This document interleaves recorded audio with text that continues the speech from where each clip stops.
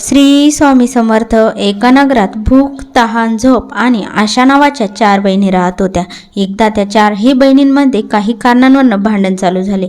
भूक म्हणाली मी मोठी आहे, तहान म्हणते मी मोठी आहे, झोप म्हणाली मी मोठी आहे, तेव्हा आशा सुद्धा म्हणाली की मी मोठी आहे. या 4ही बहिणी नंतर राजाकडे गेल्या.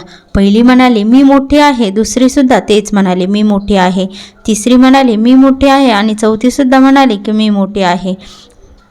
राजाने हे सर्व ऐकल्यानंतर पहिले भुकेला राजा म्हणाला की तू सांग, तू कशी काय मोठी आहे?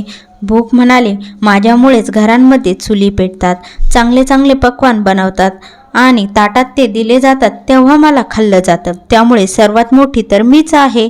हे ऐकून राजाने त्याच्या सैनिकांना आदेश दिला की जा आणि राज्याच्या प्रत्येक कानाकोपऱ्यात घोषणा करा की आजपासून कोणाच्याच घरात जेवण नाही बनणार.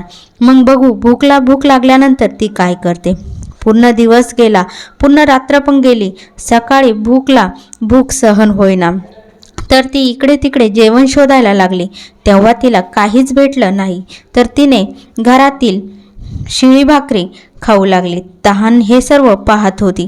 ती लगेचच राजाकडे गेली आणि बोलू लागली, हे राजन, भूक हारली आहे, ती घरात पडलेली शिळी भाकरी खात आहे. हे पहा, मीच सर्वात मोठी आहे. राजा म्हणाला तू सांग, तू कशी मोठी आहे?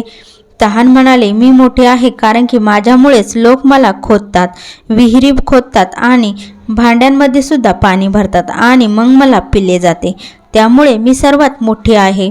राजाने त्याच्या सैनिकांना आदेश दिला, जा आणि पूर्ण राज्यात घोषणा करा की कोणीच विहिरी खोदायच्या नाही, तळे खोदायचे नाही, कोणी भांड्यांमध्ये पाणी सुद्धा भरायचे नाही. सगळ्या विहिरी आणि तळ्यांवर कडक पेहरा लावा. मग बघू तहान लागल्यावर तहान काय करते.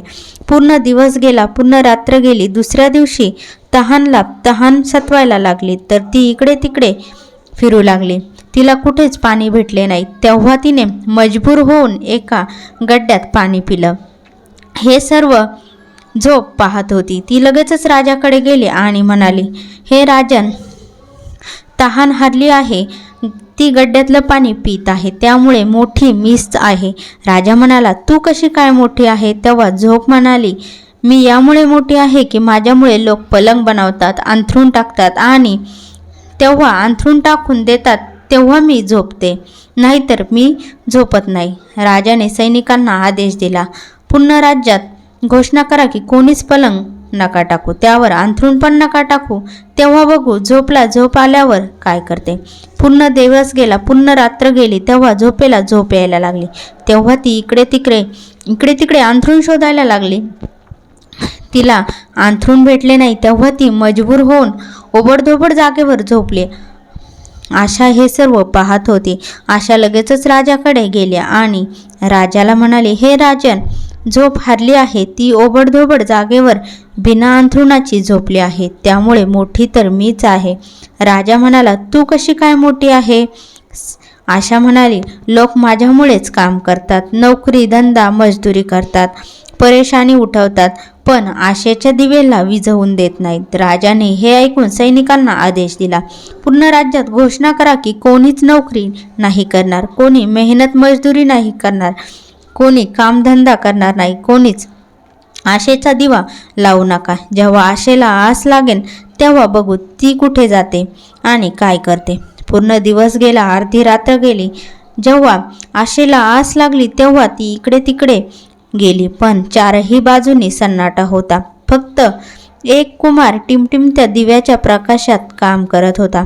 तेव्हा ती तिथे जाऊन टिकली.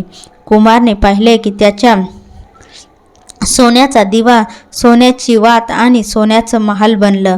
तर मित्रांनो, ज्याप्रमाणे कुमारची आशा पूर्ण झाली त्याप्रमाणे तुम्हा सर्वांची आशा पूर्ण हो. तुम्ही लोक पण आशेचा दिवा प्रज्वलित करून कर्म करत राहा. श्री स्वामी समर्थ. जय जय स्वामी समर्थ.